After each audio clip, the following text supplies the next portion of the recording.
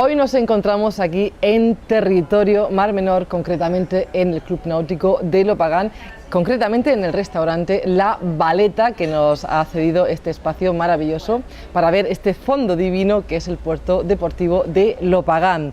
Y además nos acompaña un invitado especial, en este caso es Emilio Cortés, biólogo, director técnico y conservador del acuario de la Universidad de Murcia, profesor en cursos de acuariología en toda Europa desde 1992 y por supuesto también de la Universidad de Murcia. Bienvenido, Emilio, a Territorio Mar Menor. Gracias. Un placer, como siempre, tener aquí a los invitados, sobre todo a usted, que nos puede hablar de algo tan bonito como es el caballito de mar, del cual vamos a hablar un poquito más tarde.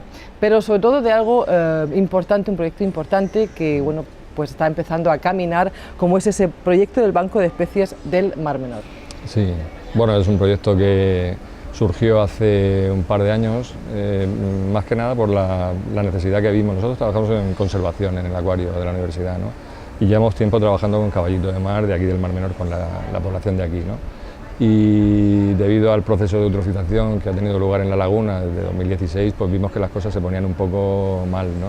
Hubo un momento que temimos un colapso en cierto modo, ¿no? Entonces nos planteamos un poco la idea de crear como una acción paralela no una acción directa hacia la mejora del Mar Menor, sino una acción paralela para poder mantener esa diversidad en el futuro. Cuando se arreglasen todos los problemas del Mar Menor, pues se nos ocurrió la idea de hacer el Banco de Especies. El Banco de Especies es para conseguir mantener en cautividad un número de especies representativas de la laguna, por si en un momento dado había algún problema gordo que colapsase el Mar Menor y esas especies o las poblaciones de esas especies de la laguna entraran en regresión muy acusada, poder luego tener un stock para poder actuar o bien repoblar o bien eso, siempre en el último caso, ¿no?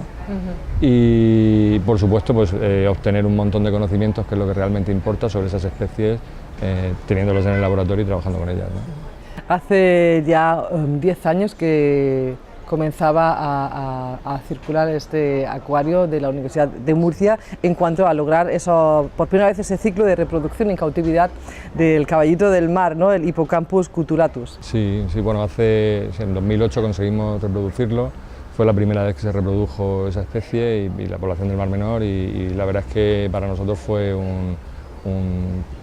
una alegría enorme, ¿no? Porque llevamos tiempo trabajando con caballitos y enfocado todo a poder trabajar con esta especie con garantías de éxito, ¿no? Y nos dimos cuenta de que cuando empezamos a trabajar con Cutulatus, que era una especie mucho más agradecida que otras especies con las que estábamos trabajando antes, ¿no? Entonces los resultados fueron buenísimos y tenemos mucho ahí para publicar todavía. Mucha paciencia, ¿no?, a la hora de estudiar las especies. Sí, por supuesto. O sea, tú puedes actuar en cierto modo, pues cuando quieres que una especie se reproduzca, pues puedes adecuar el tanque donde la tienes a las condiciones más o menos que requieren para reproducirse y todas estas cosas, pero al final es la especie la que tiene que reproducirse, ¿no? Entonces muchas veces es más cosa suya que nuestra, ¿no? Nosotros estamos ahí como un poco ayudando, y tiene su trabajo porque hay especies que funcionan antes y especies que funcionan tardan más, ¿no? Siempre por algún problema que podemos tener de que no terminamos de conocer qué factores inducen a ese, por ejemplo, en el caso de la reproducción, a esos eventos reproductores, ¿no? Pero bueno, una vez que los tienes claros y los puedes reproducir en el sistema que tienen montado para criarlos, pues normalmente lo logran. ¿Y qué especie le ha sorprendido más que otra? Bueno, pues sobre todo con Cutulatus, con Hippocampus cutulatus teníamos dudas respecto a algunas cosas, dudas que venían de haber trabajado con otras especies tropicales, de las que se suelen utilizar para criar en cautividad y se venden en acuarios públicos criadas en cautividad. Y con estas especies tuvimos muchos más problemas porque, por ejemplo, las crías, los juveniles son mucho más pequeños, ¿no? Entonces la alimentación es más compleja, tiene un tiempo de juvenil pelágico que va en las corrientes mucho más largo, y ahí nos desorientaba un poco porque, pensando en eso, podíamos achacar problemas de regresión de población en los 80 y principios de los 90 al tema de las medusas, ¿no? Los caballitos tenían una fase pelágica, había medusas en el hábitat pelágico del Mar Menor y pensamos que ahí capturaban. pero luego nos dimos cuenta de que el juvenil que sale del caballito del Mar Menor, de Hippocampo cutulatus, es mucho más grande que el de estas otras especies que criábamos, ¿no? Con lo cual la fase pelágica se reduce a un día o dos y enseguida van al sustrato, ¿no? Qué bueno. Esas cosas, la verdad es que nos sorprendieron mucho, porque no solo eso, muchas cosas que nos dimos cuenta que el Hippocampo cutulatus, la población de aquí del Mar Menor, tiene una capacidad de adaptación brutal al ambiente y es una especie que es un superviviente total, ¿no? Un superviviente, me alegro oír eso, desde luego. A pesar de que nosotros intentamos cargárnoslo siempre, ¿no? Los humanos. Ahí está manteniendo el tipo, ¿no? Como claro, aquel que dice, con un poquito de ayuda también humana, como es el caso suyo, y también imagino que el caso que en este proyecto han contado en concreto con la asociación Hippocampus, ¿no? Sí, bueno, en un principio íbamos un poco por separado, pero luego hemos colaborado y la verdad es que es estupendo, porque es una gente que está muy implicada. Y bueno, es un voluntariado ahí que lleva ya mucho tiempo trabajando en esto, y yo creo que están haciendo un bien muy grande para que se mantenga la población de caballitos en el Mar Menor. Están continuamente haciendo muestreos, viendo un poco estudiando la población, que es una cosa que se tenía que haber abordado hace mucho tiempo. También nosotros no podemos porque estábamos en Murcia y vamos completamente liados, pero es una cosa que se tenía que haber abordado hace mucho tiempo. También tienen muchas acciones de concienciación, que es muy importante también para que la gente sepa cómo trabajar, cómo reaccionar cuando ven un caballito y todas estas cosas, ¿no? Entonces me parece una labor excepcional, desde luego. Desde luego que sí. También es verdad que se han hecho muchos muestreos de lo que es el caballito. Hacía unos años que, bueno, pues era un poco triste, ¿no? Los números que decían que había de caballito de mar en el Mar Menor, pero este año parece que estamos de enhorabuena, ¿no? Sí, bueno, hubo dos regresiones importantes en la población, una debida a sobrepesca, que fue la primera que tuvimos, claro, en los 80, finales de los 80. Claro, porque, como bien decía, al principio parecía que era culpa de las medusas o quizá de la lubina, pero no. Era culpa de los seres humanos, como siempre, todo, ¿no? Sí, se utilizó, era un recurso que había aquí en el Mar Menor y se utilizó durante un tiempo. Era legal utilizarlo y se podía hacer, y lo que pasa es que fue una... Tampoco se sabía el daño que se le estaba haciendo. Y no se reguló ese tipo de pesca, no se reguló, y entonces al no regularla, pues el problema fue que se desbordó la cosa. Entonces la población se quedó, reducida al mínimo, ¿no? Gracias a la capacidad esa que hablamos de resistencia y de adaptación del caballito, pues una vez que ya dejaron de pescarse los caballitos, vimos que comenzaba otra vez la población a recuperarse, ¿no? Entonces, bueno, es lo que tiene la naturaleza, ¿no? Que enseguida, en cuanto la cuidas un poco, enseguida brota y se recupera todo, ¿no? La segunda caída fue con el problema de la eutrofización, y bueno, se vio que había una reducción en las poblaciones de caballito que habían estado ya un poco más, se veía un poco de recuperación y volvió a haber una caída. No se sabe hasta qué punto fue más grave o menos, porque también las condiciones de los muestreos no eran muy buenos, pero sí que se vio una caída, porque incluso los días que había visibilidad no se veían caballitos, ¿no? Sin embargo, este año parece que hay más reclutamiento y hay más ejemplares. Este año, por lo general, estamos viendo una mejora en las condiciones. Tampoco ha habido ninguna lluvia torrencial con inundaciones y con vertidos aquí al Mar Menor, afortunadamente. Las temperaturas han sido un poco condescendientes en primavera. Hoy no. Hoy ahora mismo hoy está pegándonos fuerte. Y bueno, pues entonces ahora mismo se ve que la laguna empieza a funcionar un poco más, ¿no? Esperemos que la cosa siga, y de todas formas hay que tomar muchas más medidas para que logremos conservarlo como tiene que ser, ¿no? De inicio parece algo fácil cuando hablamos de que, bueno, se ha conseguido esa reproducción de las especies en cautividad, pero imagino que también le sigue un paso muy difícil, que es conseguir su supervivencia en libertad y su posterior repoblación. Sí, bueno, nosotros, aunque parezca que lo hacemos para repoblar el mar, realmente la repoblación siempre es el último cartucho que se debe quemar en un trabajo de conservación de una especie, ¿no? Siempre hay que confiar un poco en solucionar el problema que tiene en el medio natural, eso es lo primero y principal, porque si no, no sirve para nada la acción que tú estás haciendo. Y una vez que tiene solucionado su problema en el hábitat que tiene, o el problema del hábitat lo tiene solucionado para que pueda vivir la especie bien, llega el momento de estudiar la evolución de la población en el medio natural. Entonces tú estudias si la evolución es positiva y la población crece o tiene una tendencia de crecimiento apropiada, o si la población decrece y sigue en regresión a pesar de haber solucionado el problema, y entonces sí que puede ser necesario activar algún protocolo de repoblación o algo, ¿no? Entonces, pienso que con estas cosas hay que llevar mucho cuidado porque todos los proyectos de repoblación tienen que ser proyectos muy observados, muy controlados científicamente y bueno, yo incluso a la hora de abordar una acción de repoblación siempre intentaría contar con el consenso de un montón de científicos que estén trabajando en ese tema, ¿no? y viendo no solo lo que nosotros hayamos podido observar de la población, compartiéndolo con ellos y que ellos opinen también y que se decida de una forma conjunta. Una acción de estas tiene que ser así, si no te expones a tener más perjuicios que beneficios, ¿no? Hablamos todo el tiempo del caballito del mar, pero ustedes no solamente están estudiando e investigando y reproduciendo el caballito del mar en cautividad, sino también otras muchas especies, como son por ejemplo la nacra, la aguja y muchas otras especies, ¿no?, en el Mar Menor. Sí, en el proyecto del Banco de Especies incluimos pues, todos los innátidos del Mar Menor, que son la familia de los caballitos, pero que aparte de los caballitos están las agujas. Es como un caballito pero que es así alargado, ¿no? Y hay 3 especies, la aguja mula, que es el Signatus tifla, que parece una hoja de posidonia, tiene la cara así, con la cabeza un poco chafadita. La aguja de río, que es la más común aquí en el Mar Menor, el Signatus abaster, que es muy común en el Mar Menor y sigue la población siendo bastante importante, pero en cualquier otro sitio de la zona de su área de distribución está en peligro y está catalogada como una especie muy difícil de ver. Con lo cual aquí el Mar Menor es un reservorio también de esa especie, ¿no? Una de las cosas importantes que tiene el Mar Menor también, ¿no? Luego, por supuesto, hay otras agujas como Signatus acus, que es la aguja de mar, que es un poco más grande que esta, parecida y un poco más grande, que hay muy pocos ejemplares, y igual que del Signatus tifla también hay pocos, ¿no? Entonces, bueno, estamos trabajando con abaster y con Hippocampo cutulatus y introduciremos, si puede ser, entraremos en tifle y en acus. Y luego, eso en cuanto a los peces, hemos empezado por ahí. Y estamos trabajando también con especies singulares. Son especies singulares porque en un principio no estaban en la laguna, pero cuando bajó la salinidad, pues colonizaron la laguna y se distribuyeron muy ampliamente. O sea, la población, por ejemplo, la nacra, ¿no? La población de nacra en el Mar Menor llegó a ser súper importante. Es un molusco que en el Mediterráneo la población tiene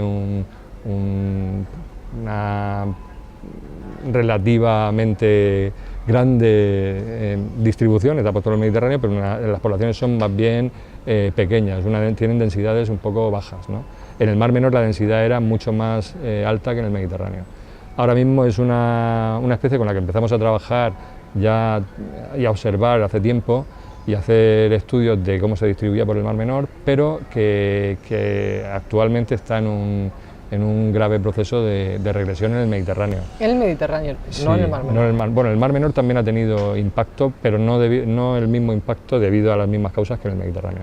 En el Mediterráneo el problema ha sido la introducción de un parásito, un haplosporidio, que es un parásito común en ostra, pero que por alguna causa ha llegado al Mediterráneo y ha afectado sobre todo a la población de pinna. Posiblemente hay otros moluscos afectados, pero bueno, por ejemplo dentro del género pinna, que hay varias especies en el Mediterráneo, hay 2 en concreto que son más comunes, Pinna nobilis y Pinna rudis. A Pinna nobilis sí le ha afectado, pero a Pinna rudis no. Entonces el grado de afectación es brutal. O sea, estamos hablando de que en la zona desde Almería, Comunidad de Murcia, Comunidad Valenciana, Baleares, y hasta el delta del Ebro, las poblaciones se han reducido casi al 100%, o sea, la mortalidad ha sido elevadísima. Sí, sí, estamos hablando 100%. Ya de algo muy importante además. Y en Baleares, que la calidad de las aguas la calidad es brutal, ¿no? Sí. Pues el parásito ha entrado y ha hecho estragos, ¿no? Entonces se han tomado medidas, hay varios grupos de investigación a nivel nacional trabajando en ello.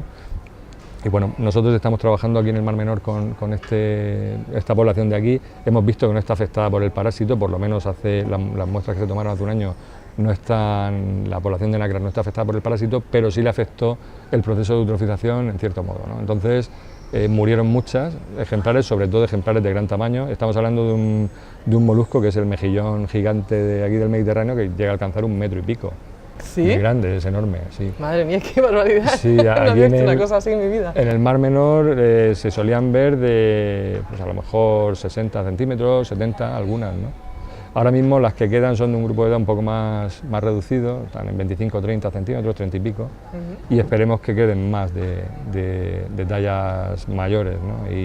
Y bueno, hemos estado muestreando, han muerto muchas, pero ha quedado una población que parece ser, conforme estamos viendo ahora, parece ser más grande de lo que esperábamos, ¿no? Pues ojalá se pudiera mantener y pueda ser ese reservorio, ¿no?, para todo el Mediterráneo también. Todavía no se ha reproducido en cautividad, es otra de las cosas que queremos abordar en el laboratorio y bueno, pero poco a poco, ¿no? Mucho trabajo queda por delante. ¿A quién se le ocurrió realmente la idea de crear ese banco de especies? Bueno, pues fue entre varios, estábamos hablando un poco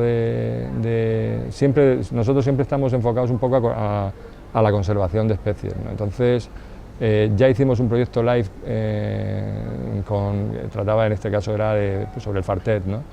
Es un pez que es endémico de esta zona del sureste y que ha tenido problemas de regresión en la población por competencia con otras especies invasoras y tal, ¿no? Entonces quedan poblaciones sueltas y aquí en la región de Murcia hay dos poblaciones que eran muy interesantes, que era la de Marchamalo y la de Río Chicamo.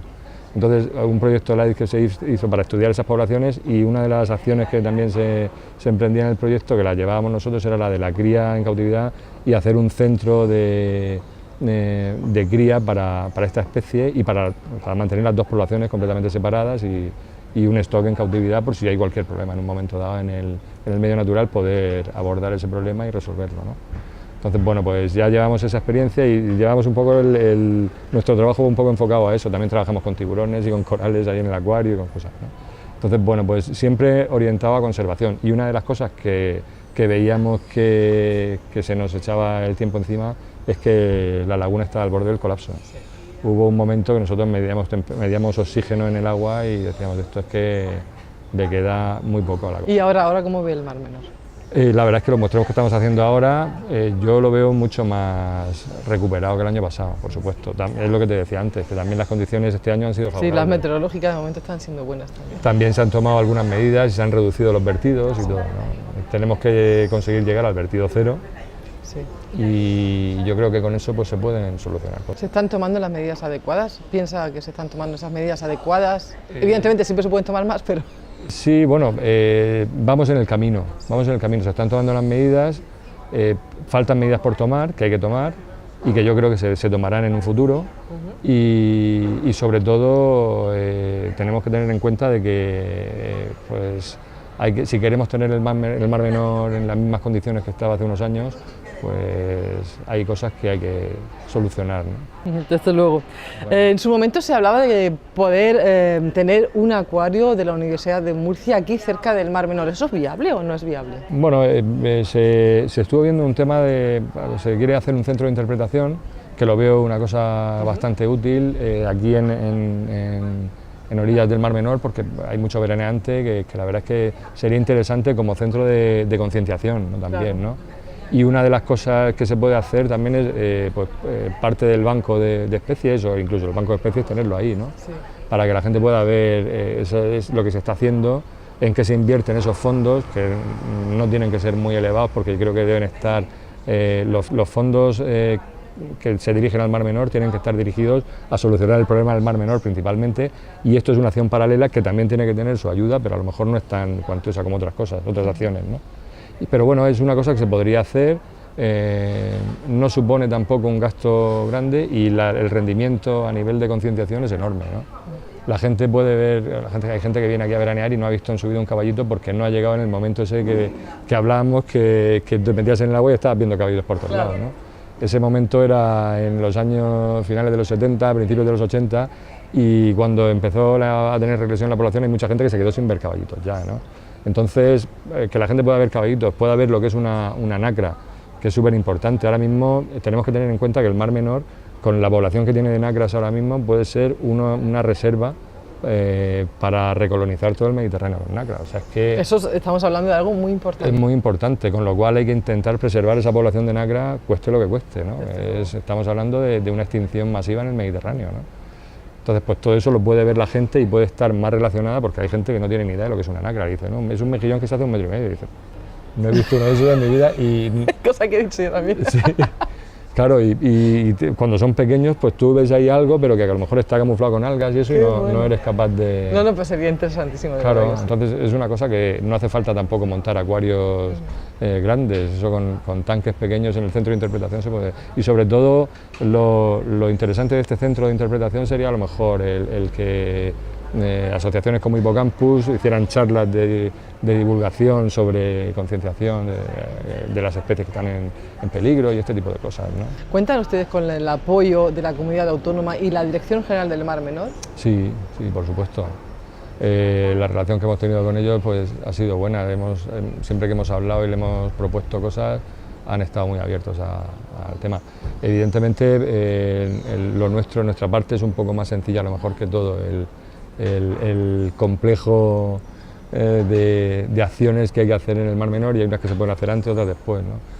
Lo nuestro es una cosa muy inmediata y que realmente es que necesitaba, en el momento que lo hablamos, necesitaba un impulso y ser puesta en marcha rápido, porque una de las cosas que hay que tener en cuenta en conservación es que cuanto más tiempo tardas en tomar medidas, suele ser peor para el hábitat que tienes que proteger, ¿no? Entonces, la rapidez y la agilidad de la burocracia es muy importante. ¿Y qué podemos hacer entre todos? Pero ya responsabilizo a todos, o sea, ciudadanos de a pie, siempre es una pregunta que hago, ¿no? Sí. ¿Qué podemos hacer entre todos? No solamente lo que son las instituciones, los políticos o los colectivos, ¿no? Sino del ciudadano de a pie. ¿Qué podemos hacer para la conservación, la preservación de nuestro caballito de mar, de la aguja, de la nacra? ¿Qué podemos hacer? Sí, bueno. ¿O qué debemos hacer? Bueno, pues, ante todo conocer cómo son estos animales, el lugar que ocupan en la laguna, y preocuparse un poco de saber qué hábitat tienen y cómo funciona ese hábitat. Una vez que sabes cómo funciona ese hábitat, sabes las cosas que no tienes que hacer para que ese hábitat... Respetarles, ¿no? Claro, sobre todo respetarlo. Respetarlo es desde no coger un caballito cuando entres al mar, o si ves una nacra, llamar al Seprona o a alguien y decirle que he localizado una nacra en tal zona y es interesante que vengan a verla, o porque estamos haciendo un muestreo muy detallado de ejemplares sueltos por toda la laguna, ¿no? Pero no solo es eso, es a lo mejor darte cuenta de que si tú utilizas más agua de la que tienes que utilizar en tu casa, ese agua al final, con unas depuradoras determinadas, va a ir al Mar Menor. Este tipo de cosas. Si utilizas un barco y se te cae gasoil al agua, pues estás contaminando. Todo este tipo de cosas, ¿no? O sea, cuidar nuestro entorno, que claro, es lo que tenemos que hacer todos, ¿no? Cuidar nuestro planeta, como decimos, sí, y en este caso nuestro Mar Menor. Es una cuestión de sentido común. Desde luego. El menos común de los sentidos, por desgracia, ¿no? Pero que tenemos que ser cada vez más conscientes, ¿no? De que con nuestros actos somos responsables de lo que ocurre en nuestro entorno, en nuestra naturaleza, y en este caso hablamos del Mar Menor, en nuestro Mar Menor, que podemos seguir conservándolo y seguir pues disfrutando muchos años de él, que espero que toda la vida, porque de verdad el Mar Menor está intentando esforzarse, vamos a esforzarnos nosotros también, ¿no? Yo creo que sí, que lo estamos haciendo todos, ¿no? Para terminar, y junto con el esfuerzo de sus estudios y trabajos, ¿el caballito del mar ha venido a quedarse? Sí, pues yo creo que sí, yo estoy convencido. ¿Ha vuelto para quedarse? Yo soy muy negativo por regla general, y de hecho el proyecto de Banco de Especies es una de las cosas por las que lo hicimos, es porque yo soy muy negativo con estas cosas, y más porque también estamos trabajando, como te decía antes, con corales, y estamos viendo cómo está afectando el cambio climático en muchas áreas en el mundo, y es brutal lo que estamos viendo, y todos los artículos científicos que hay que predicen modelos de cómo va a evolucionar la cosa cada vez son más negativos. Todavía no entiendo cómo hay gente negacionista en este tema y que te puede decir que no hay problema y que no pasa nada, ¿no? Entonces yo soy muy negativo en esas cosas y siempre intento adelantarme un poco al problema, ¿no? Cuando tenemos que trabajar con alguna cosa, ¿no? De este tipo, ¿no? De conservación. Con la población de caballito hubo un momento que la verdad es que temimos bastante por la población, pero viendo también cómo se comporta y la capacidad que tiene de adaptación, es un superviviente. Yo creo que Hipocampus butulatus, si el Mar Menor no se llega a colapsar en ningún momento por otras causas y somos capaces de mantenerlo por lo menos como está ahora mismo, la población puede ir adelante y bien, ¿no? Pues nada, muchísimas gracias, Emilio. Siento el calor que le he hecho pasar. Nada, no pasa nada. La próxima vez vendré de blanco y ya. Muchas gracias, y ha sido de verdad una entrevista muy instructiva y bueno, muy bonita, hablando del caballito de mar y todo su trabajo y su investigación. Muchísimas gracias, de verdad que sí. Gracias. Pues ahí nos acompañaba una persona importantísima que colabora en esa reproducción en cautividad del caballito de mar. Él es Emilio Cortés, biólogo, director técnico y conservador del acuario de la Universidad de Murcia y profesor en cursos de acuariología en toda Europa desde 1992 y la Universidad de Murcia. Vamos a dar paso ahora a las noticias que en estos últimos días nos ha generado concretamente nuestro Mar Menor.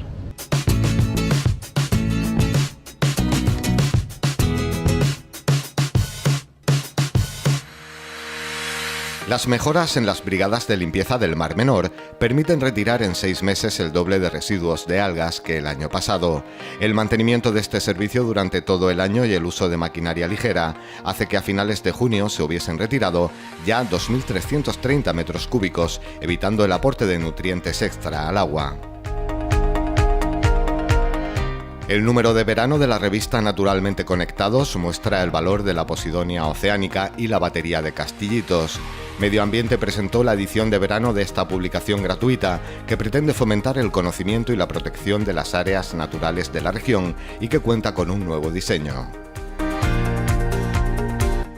Ciudadanos Cartagena pide un proyecto de sensibilización. Ciudadanos Cartagena pide un proyecto de sensibilización ambiental sobre la Posidonia oceánica y protocolos para su tratamiento. La formación asegura que la presión socioeconómica que ejerce el uso turístico de la costa ha provocado que muchas administraciones tomen malas decisiones, retirando de manera inadecuada los arribazones de las playas. El objetivo sería cambiar la imagen que tiene buena parte de la ciudadanía y turistas al ver la acumulación de plantas como la Posidonia en las playas confundida con un alga. Medio Ambiente organiza 15 actividades de sensibilización ambiental sobre aves, tortugas o recogida de residuos en los parques regionales durante los meses de verano. Estas acciones, integradas en la acción Mochila de Actividades en los parques regionales y espacios naturales, se centran en dar a conocer de una manera lúdica, didáctica y participativa diferentes aspectos sobre la flora y fauna específica de la época estival, así como concienciar sobre el daño que generan los residuos, como por ejemplo el plástico en el medio ambiente.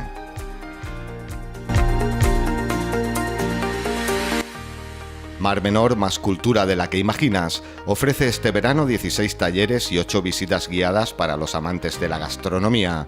El programa organizado por la Consejería de Turismo y Cultura incluye un total de 24 acciones turístico-gastronómicas que pueden ser consultadas en la web murciaturística.es. Más de 700 personas podrán disfrutar de estas actividades durante los meses de julio y agosto en los municipios marmenorenses. Medio Ambiente intensifica la recogida de envases de vidrio en los municipios de costa durante el periodo estival. La Consejería junto a Ecovidrio ha puesto en marcha la iniciativa Toma Nota Recicla Vidrio, que fue presentada por el director general, Antonio Luengo, en Santiago de la Ribera, y está dirigida especialmente al sector de la restauración y la hostelería, que es donde se generan el 50% de residuos.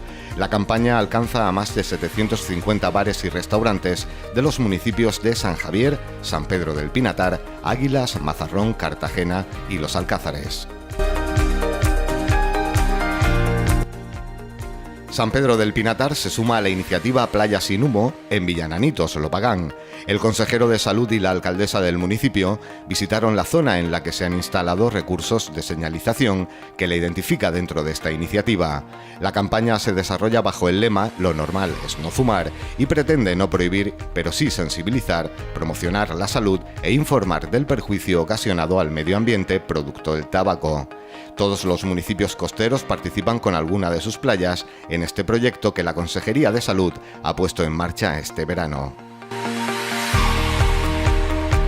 El Comité Científico del Mar Menor mantiene una reunión de trabajo en el Centro de Alto Rendimiento de los Alcázares, en la que se informó sobre el proyecto biogeoquímico que están desarrollando investigadores de las Universidades Politécnica de Cartagena, Cádiz y Santiago de Compostela, así como el Instituto Español de Oceanografía, para el estudio de los fondos de la laguna y conocer su papel a la hora de absorber o liberar nutrientes al agua.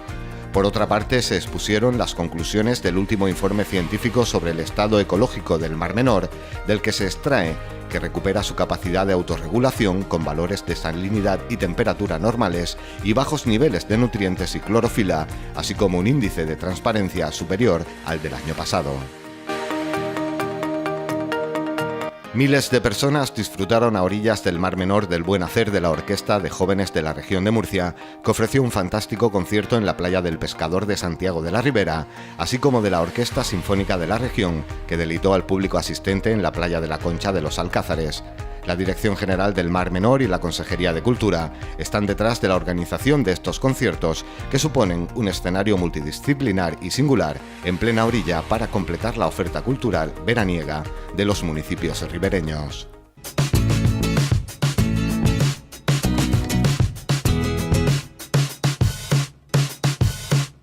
Y tras estas noticias del Mar Menor, vamos ya con nuestra agenda cultural de ocio y turística ofrecida por el Instituto de Turismo de la Región de Murcia, destacando que en San Pedro del Pinatar se van a celebrar dos conciertos este próximo fin de semana, uno concretamente en Lopagán, que es el Festival Versaña Metal, y otro en San Pedro del Pinatar con La Fuerza del Destino, con el musical de Mecano. También recordamos la visita guiada a la playa de La Llana que nos ofrece la Oficina de Turismo del municipio de San Pedro del Pinatar para el próximo domingo 5 de agosto por la tarde, bajo el lema Vida en una playa natural, Posidonia oceanográfica. En Santiago de la Ribera viviremos el 4 de agosto Suyá, tradicional carnaval del verano con desfile de comparsas y, como no, posterior fiesta de disfraces. Vamos a irnos de carnaval a Santiago de la Ribera este próximo 4 de agosto. En San Javier acaba de arrancar el 49 Festival Internacional de Teatro, Música y Danza, que nos acompañará, además, como bien lo saben, durante todo el mes de agosto. Los Alcázares nos brinda esta semana un concierto de Salva Ortega y el musical de La Bella y la Bestia. De Cartagena destacamos las distintas actividades culturales y de ocio, así como seguimos con las visitas turísticas a su ciudad y, como no, a sus lugares arqueológicos y diferentes esculturas.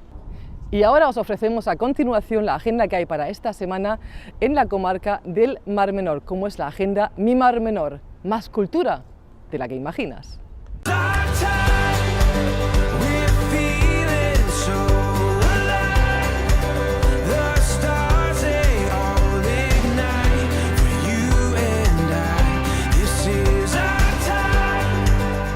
Mar Menor Costa Cálida, Región de Murcia. ¿Te vienes?